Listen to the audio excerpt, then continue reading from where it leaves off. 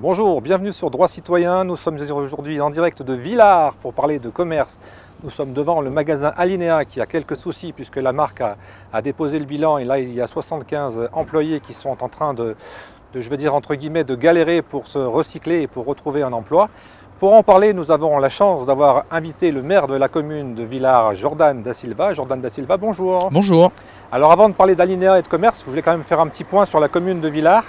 Vous avez été réélu au mois de mars. On a en même temps les voitures qui passent derrière nous, donc ça prouve bien qu'on est en direct.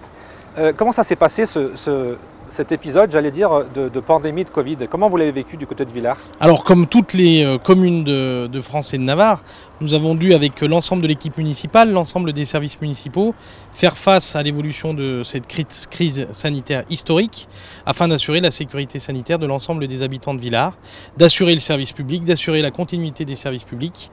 Et on a tenté de le faire avec l'intérêt général pour objectif principal. Est-ce que ça a compliqué les choses? Est-ce qu'on a eu du mal? Est-ce que finalement ça s'est bien passé? Comment ça s'est passé concrètement sur le terrain? Alors c'est compliqué puisque de facto avec du confinement, du déconfinement, la mise en place de gel hydroalcoolique, de masques, la nécessité de trouver un mode de fonctionnement en période de crise, c'est toujours compliqué. Après j'ai eu la chance d'être entouré de collègues du conseil municipal, que je tiens à remercier, de l'ensemble des services municipaux. On s'est tous mobilisés, mais également de bénévoles qui nous ont aidés à distribuer par exemple des masques en vue du déconfinement le 11 mai. On s'est tous mobilisés pour faire en sorte que cette période historique très compliquée soit la moins difficile pour tous et pour toutes. On a annoncé en septembre, ça risque d'être compliqué. Est-ce que là aussi vous avez anticipé? Est-ce que vous êtes dans un scénario noir ou alors est-ce qu'on est encore un peu optimiste? Alors on suit bien entendu l'ensemble des instructions gouvernementales qui évoluent au jour le jour. Nous sommes en train de préparer la rentrée scolaire. Nous sommes même en train de préparer la rentrée, j'allais dire, de l'ensemble des sports collectifs. Notre priorité, c'est de suivre bien entendu les prérogatives, les préconisations gouvernementales pour assurer la plus grande sécurité sanitaire de l'ensemble de mes concitoyens. Quand on est le maire d'une commune comme Villars, est-ce que c'est pas aussi un petit peu compliqué? Est-ce qu'on entend blanc le lundi, mardi c'est plutôt gris, mercredi c'est noir? Comment on fait pour prendre des décisions alors qu'on entend tout et j'allais presque même dire n'importe quoi? Alors je crois que ce n'est pas la question de la taille de la commune. Je crois que tous mes collègues, que ce soit le maire de Saint-Étienne ou le maire de la plus petite commune de la Loire, on a les mêmes difficultés. Après, on est là pour prendre des décisions dans le but de protéger nos concitoyens avec l'aide précieuse de l'État. Parce que sans le service public, sans l'État, sans les services municipaux, on n'aurait pas pu vivre une telle crise. Alors je pense qu'au niveau national, c'est également très compliqué de vivre une telle crise sanitaire. Et qu'en effet, le lundi c'est blanc, le mardi c'est noir et le mercredi c'est gris. Mais il faut s'adapter et je sais que l'ensemble de mes concitoyens, l'ensemble des Villardaires ont compris que ça évolue et bien entendu ça va encore évoluer au mois de septembre, d'octobre, novembre du fait de l'évolution de la propagation du virus et de la possible arrivée d'un médicament, etc. On a beaucoup parlé de maladies, on parle aussi beaucoup d'économie. Est-ce que la commune de Villars elle est touchée? Est-ce qu'il y a déjà des entreprises qui sont en difficulté, des magasins qui vont fermer? Bon, on est là devant Alinéa, on en parlera juste après. Mais est-ce que là aussi vous êtes touché? Est-ce qu'il y a des gens qui viennent vous voir en vous disant c'est catastrophique? Alors déjà, depuis cette crise sanitaire, on voit de la solitude de la part de nos personnes âgées, de l'isolement de la part de Villardaires, etc. Donc, il y a l'économie, mais il y a également la question humaine qui s'est posée. Et c'est pour cela qu'avec mon équipe municipale, l'une des premières décisions, ça a été la brigade de solidarité pour justement éviter que des personnes soient isolées et seules, sans service, sans nourriture, sans portage de repas, etc. Donc là, ce que l'on va vivre, et je crois qu'on est devant un symbole, mais derrière le symbole, il y a des hommes et des femmes, c'est la question de la crise économique qui va arriver, qui arrive de plein fouet. Et je pense que tous les élus, quel que soit leur poste, on doit se mobiliser pour essayer de trouver des solutions pour ces hommes et ces femmes. Justement, vous êtes à un poste à responsabilité, vous faites partie de Saint-Étienne Métropole. Est-ce qu'entre vous déjà, vous avez des idées, il y a des choses qui germent, où on voit des choses qu'on pourrait faire? Alors déjà, moi je tiens à remercier le président de Saint-Étienne Métropole qui s'est saisi du dossier et qui a, j'allais dire, alerté le gouvernement, alerter les décideurs nationaux. C'était j'allais dire, la première chose à faire. Mais je souhaite vraiment associer l'ensemble des élus, que ce soit le député, le président du conseil régional et le président de Saint-Étienne Métropole, qui ont eux la compétence économie, qui ont eux la compétence emploi, parce qu'encore une fois, les 75 salariés que vous indiquiez tout à l'heure, et on a la chance d'avoir un élu du CSE ici présent, eh ben, ils sont en difficulté parce qu'au bout d'un moment, il va falloir trouver un emploi. Et on doit, nous les élus, moi en tant que maire de Villars, mais également le président de Saint-Étienne Métropole, le président du conseil régional, le député, tenter dans la mesure du possible de trouver des solutions pour eux.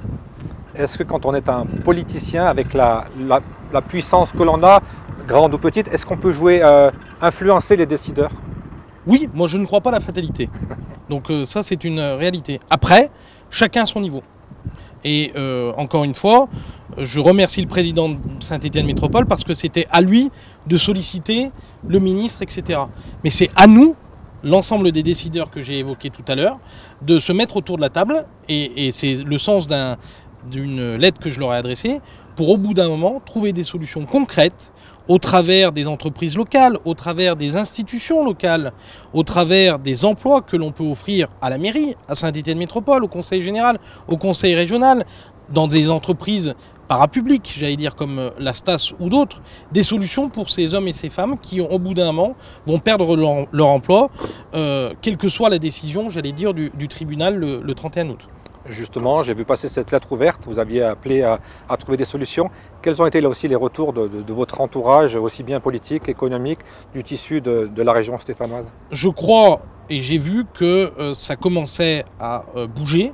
Après, je crois que je vais réécrire pour que ça bouge encore plus vite, parce qu'on est le 19 août, et il est nécessaire, dans moins de 10 jours, on sera à la date du tribunal, et il est nécessaire au bout d'un moment, en effet, d'attendre cette fatidique date de fin d'activité de Alinéa Villars, pour que les collaborateurs qui sont affectés sur ce site aient une date pour envisager l'avenir. Mais c'est dès à présent que ce qui va se passer au mois de septembre va se décider. Donc il faut encore se mobiliser pour que les grandes instances, les grandes institutions puissent être réellement autour de la table. Quand j'entends vos discours, j'ai l'impression qu'on est déjà dans l'après-fermeture. Est-ce qu'on n'a pas un moyen de jouer justement sur le fait que cette surface, ce magasin ne ferme pas et soit maintenu ou sous une autre enseigne ou... Alors si vous voulez, il y a deux choses. Il y a, j'allais dire, l'activité Alinéa, le fonds de commerce Alinéa ça sera terminé, ça c'est évident. Donc Saint-Étienne, Villars, c'est terminé. Il n'y aura plus d'Alinéa Villars à Villars. Après le bâtiment lui-même, il y aura sans nul doute une activité, mais ça c'est une question qui ne se pose pas à l'heure actuelle, et j'allais dire qui ne concerne pas les salariés, et qui peut ne pas me concerner. En tout cas, c'est pas ma priorité du jour. Ma priorité du jour, c'est de pouvoir tenter, avec mes petits bras, de pouvoir mettre tout le monde autour de la table pour aider dans la mesure du possible les employés qui étaient affectés à ce magasin. Donc si vous voulez, il y a deux étapes. Il y a d'abord, malheureusement, à mon plus grand regret, la fin d'Alinéa. Quelles que soient les raisons, moi je ne suis pas là pour discuter des raisons et des possibilités offertes par la loi. Ça veut dire que c'est sans issue, ça. C'est sans issue. Ça, on est sûr. Et je pense que le représentant au CSE l'indiquera, c'est sans issue. Ça c'est évident parce que le plan des repreneurs, c'est uniquement 7 magasins sur les 25 de mémoire, et que celui de Villars, pour des raisons encore une fois qui peuvent être discutées, entendables ou pas, celui de Villars n'est pas concerné, à mon plus grand regret. Est-ce que dans le futur, le repreneur de ce lieu-là, s'il fait même autre chose, est-ce qu'il n'a pas une obligation de reprendre les personnels qui seraient peut-être au chômage? À mon humble connaissance, non. Mais encore une fois, rien n'empêche au bout d'un moment, avec, comme vous dites, notre intention, le fait qu'on ne soit pas dans la fatalité, et je le ferai moi le premier, de dire vous venez vous installer, vous entreprise sur Villars, il y avait des collaborateurs dans ce magasin, des salariés dans ce magasin, des vendeurs, des logisticiens, des caissières, etc. ou des caissiers, reprenez, ils connaissent, c'est eux qui connaissent le mieux le magasin, l'environnement, qui connaissent les clients, puisqu'il y a des clients fidèles depuis 20 ans, et reprenez-les. Mais pour le moment, on ne sait pas qui va reprendre. C'est l'inconnu. C'est l'inconnu. Donc vous, votre rôle, c'est que le jour où il y aura quelqu'un d'autre, c'est de lui dire, n'oubliez pas qu'il y a des gens qui connaissent le territoire. Moi, mon rôle, à mon humble niveau, c'est de dire aux décideurs locaux importants, comme le président de Saint-Étienne Métropole, le président du conseil régional, le député, c'est que devant vos yeux, Alinéa Villars certes c'est une enseigne nationale, mais c'est 75 personnes qui travaillent sur notre territoire. On ne peut pas, en plein milieu de l'été, les oublier. Et je sais que ça soit le président de Saint-Étienne Métropole, que ça soit le député, que ça soit le président du conseil régional, ils ne vont pas les oublier et ils vont se mobiliser pour tenter d'agir, pour tenter de la sauvegarde, etc. Mais c'est surtout pour tenter de trouver des emplois qui peuvent correspondre ou pas au profil des 75 collaborateurs actuels d'Alinéa. Alors j'ai une double question. Il y a des zones commerciales qui s'ouvrent du côté d'Andrézieux, pas très loin. Une grande qui s'ouvre très bientôt à Saint-Étienne. Est-ce qu'on n'a pas trop fait de zones commerciales? Et la deuxième question, c'est toutes ces zones commerciales, comment on fait pour aller chercher des emplois et des enseignes? Est-ce que vous avez une solution? Comment ça se passe? Alors moi je ne suis pas commercialisateur de mètres carrés de commerce. Fallait-il les faire ou pas? C'est une question qui est pleine et entière. On est face à un monde qui est en concurrence avec le e-commerce, qui est en concurrence avec les grandes surfaces, etc. etc. Est-ce que l'ouverture de telle ou telle surface a tué Alinéa? Peut-être, mais la question n'est plus là, j'allais dire. Même au futur, est-ce que ça ne va pas gêner toute cette zone d'activité? Sans nul doute. C'est quand même un point essentiel pour votre commune. Alors ça c'est autre chose. C'est la vraie question de l'attractivité de la zone commerciale de Montravel par rapport aux autres zones commerciales. Mais je sais que l'on a des belles enseignes, je sais que l'on avait une belle enseigne et c'est pour cela qu'au bout d'un moment, il ne faut pas oublier les collaborateurs qui sont les salariés qui sont ici à Alinéa Villars. Vous êtes réélu depuis le mois de mars. Comment vous voyez ce deuxième mandat, ce deuxième plein mandat, j'allais dire. Oui. C'est difficile de trouver les bons mots. Comment vous voyez l'avenir justement de votre commune avec cette économie qui change, cette épidémie qui va tout révolutionner dans le mauvais sens? Comment vous projetez sur l'avenir? Je crois que vous avez tout dit. C'est compliqué de se projeter avec une crise sanitaire comme à l'heure actuelle, qui a bousculé notre plan de mandat, qui a bousculé nos projets, qui a bousculé le budget de la commune, qui bouscule les Villardaires, etc. On va tout faire pour réussir ce mandat au travers de la centaine d'actions que les Villardaires ont choisies, pour améliorer la qualité de vie, pour faire de Villars une ville encore plus attractive, encore plus agréable à vivre, pour faire de Villars une ville où on est bien à l'aise, etc. Donc on va tout faire pour. Après, il faut tenir compte du contexte actuel, et je sais que tout le monde en tient compte. Alors une question qui est aussi difficile à vous poser puisqu'on ne les a pas, mais quelle est votre position sur le port du masque qui devient de plus en plus obligatoire? Je pense que c'est un outil nécessaire pour endiguer la propagation du virus. J'ai demandé au préfet de l'envisager sur le petit marché que nous avons, mais petit marché qui est fort agréable le jeudi matin. Après, je pense que l'État devra se saisir à l'échelle départementale ou à l'échelle régionale ou nationale sur le port du masque, même dans l'espace public. C'est une vraie question. Mais en tout état de cause, l'opportunité qui nous est donnée au maire et à moi-même de pouvoir envisager le port du masque obligatoire sur des espaces comme le marché, ça va être le cas très prochainement à Villars. Donc si je résume, sur Villars, à certains endroits, ça sera obligatoire. Là pour le moment, ça sera sur le marché. Et comment on fait en dehors des lieux clos, hein. Si on oblige les gens à porter un masque qui est déjà assez difficile, est-ce qu'on ne serait pas dans l'obligation de leur le fournir aussi? Ah, c'est une vraie question. Mais je vous la pose. C'est une vraie question qui ne m'appartient pas, puisque nous, dès le 8 mai, nous avons fourni avec mon équipe municipale, avec une centaine de bénévoles, on a fait porte à porte la distribution de masques à l'ensemble des Villardaires pour qu'ils puissent appréhender le déconfinement de manière la plus tranquille, etc. Donc on a déjà distribué près de 8000 masques à l'ensemble des Villardaires. Tant que je tiens le maire de Villars à côté de moi, la rentrée justement, on a parlé des écoles. Comment ça va se passer pour le sport? Comment ça va se passer pour les associations à partir de septembre? Alors comment ça va se passer? Le Premier ministre a pris un décret qui est très clair sur par exemple la réouverture des vestiaires, la possibilité, j'allais dire, de reprendre une vie presque normale. Donc c'est ce qu'on est en train de concrétiser avec mon adjoint en charge de la vie sportive et l'ensemble des services municipaux. Donc on reprend une vie, j'allais dire, associative. Et d'ailleurs on tient notre forum des associations le premier samedi de septembre. À quel endroit? À la salle de la Libération et à la salle Collange, où bien entendu il faudra porter le masque, mais vous aurez le plaisir de rencontrer l'ensemble du tissu associatif de Villars.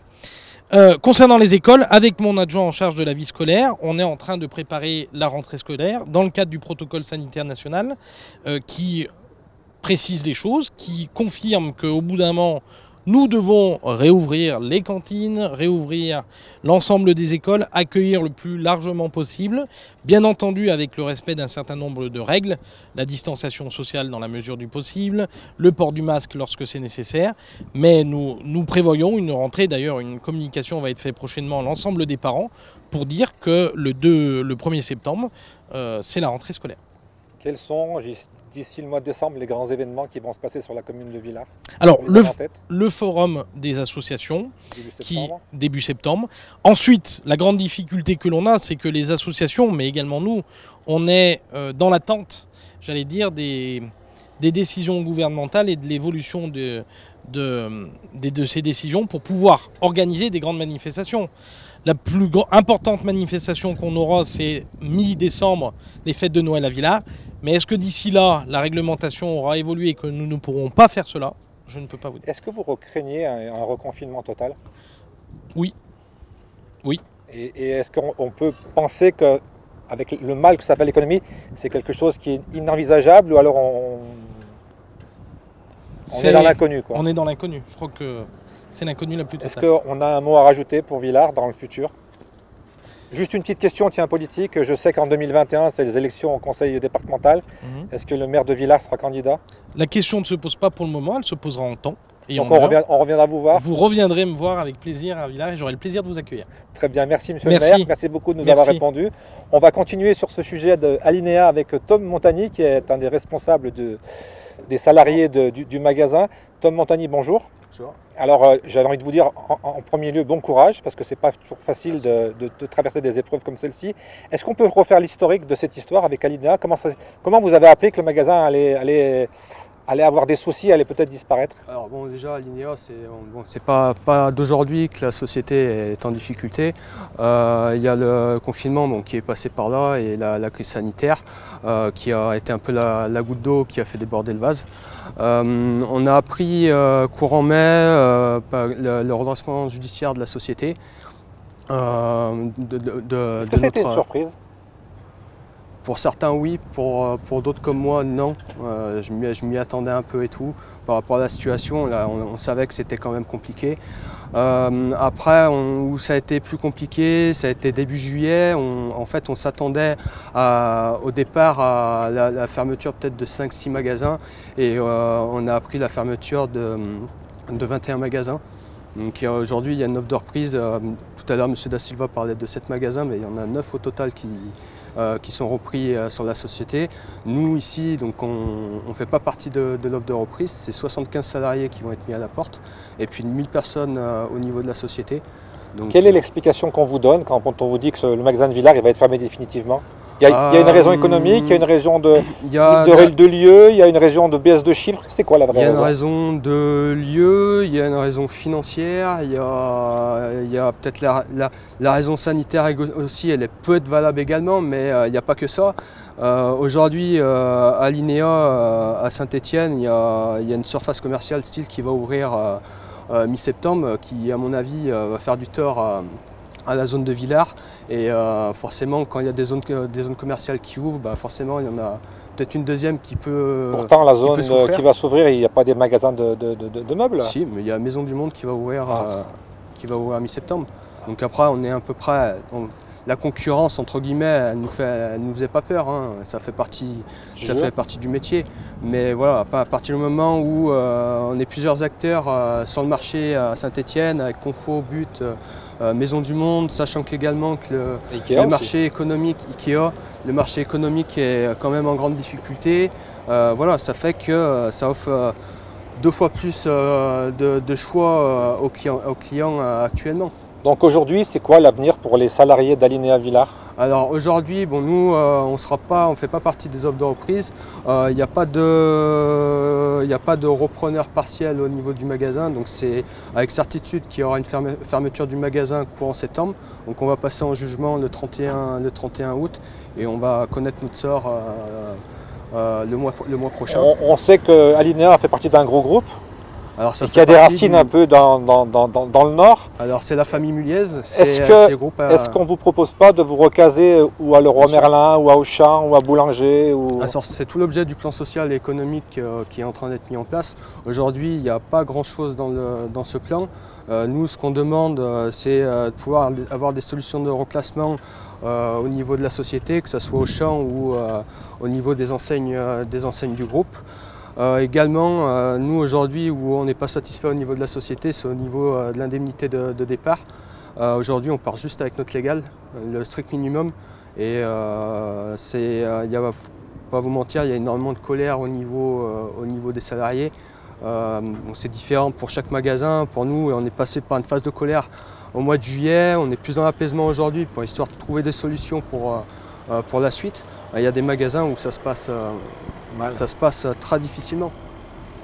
Et les entreprises de la région qui sont hors de ce groupe, est-ce qu'il y a des propositions, des contacts? Alors on a la chance quand même d'être appuyé par le maire de Villars et par Saint-Étienne Métropole.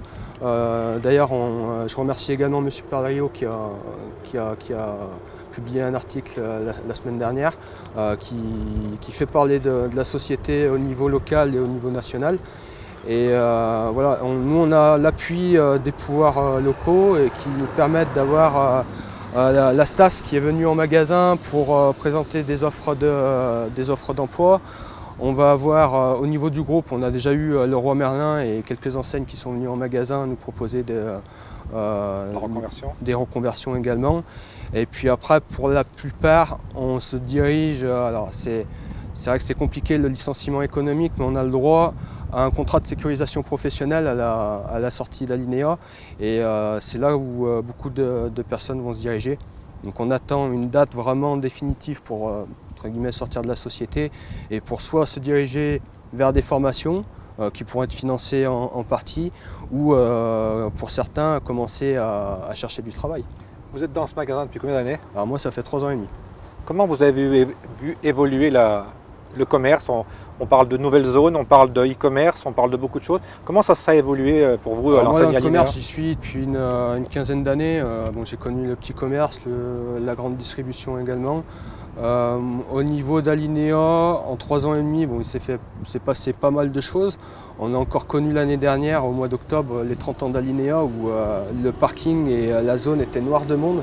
On a explosé les chiffres de la société et le plus dur, c'est de savoir que 8 mois après, on est dans une situation très compliquée. Et pourquoi, est-ce que vous n'avez peut-être pas la réponse, mais pourquoi des magasins sont repris et d'autres sont fermés? Est-ce qu'on a une explication là? C'est juste du choix stratégique. Il y a des magasins il y en a beaucoup de magasins qui sont repris dans le sud de la France.